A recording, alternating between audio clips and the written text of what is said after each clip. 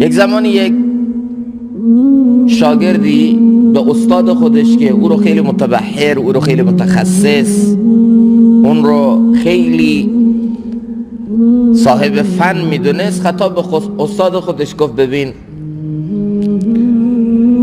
جناب استاد، اگر شما حتی ادعای نبوت بکنید تو جامعه طرفدار دارید و خیلی ها به سمت شما راغب میشن و شیفته میشن. استاد چیزی نگفت، سکوت کرد.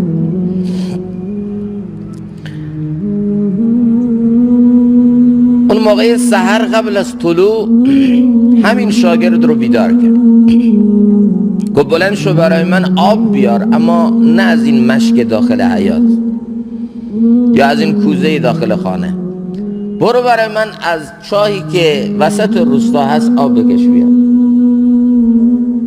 ما استاد تو هستم، تو هم شاگرد خاص من هستی و به من خیلی ارادت و محبت هم داری، من آب میخوام، از اون چاه داخل روستا میخوام.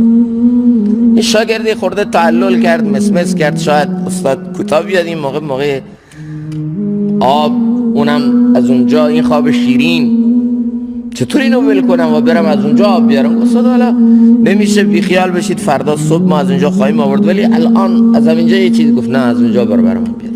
بالاخره شاگرد نرفت. فردا صبح شد، گفت ببین تو جزء مقربترین، بهترین و ارادتمندترین شاگردان من بودی.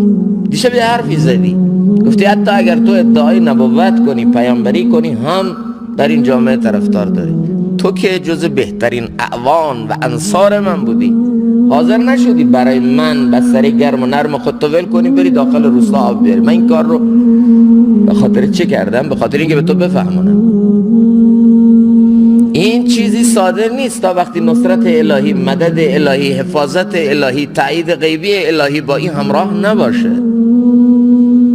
خیلی از این پیامبران دروغین آمدن، خیلی از این حکام و سلاطین آمدن، نام خودشون رو بر سکه ها ضرب کردن، از خودشون تندیس و مجسمه درست کردن، تلاش کردن تا نام خودشون رو بر جریده عالم ماندگار کنن، تلاش کردن که نامشون در جهان باقی بمونه، حکومتشون، قدرتشون، سکه رایجشون باقی بمونه، اما رفتن و نام و نشانی از اونها هم باقی نموند. در رابطه با حتی مغول که قومی خونخوار هست، اون زمان ضرب المثل شده بود که شما اگر شنیدید مغول شکست خورد باور نکنید.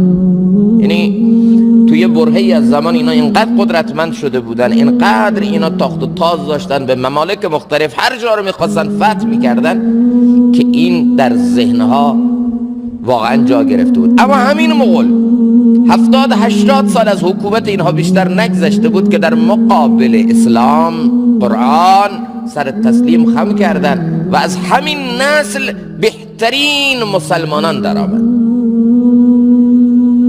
بهترین حکام و سلاطین مغول رو اسلام تربیت کرد و یکی از عادلترین این حکام اورنگزیب یا پادشاه عالمگیر، پادشاه معروف هند بود که از نسل همین مغول ها.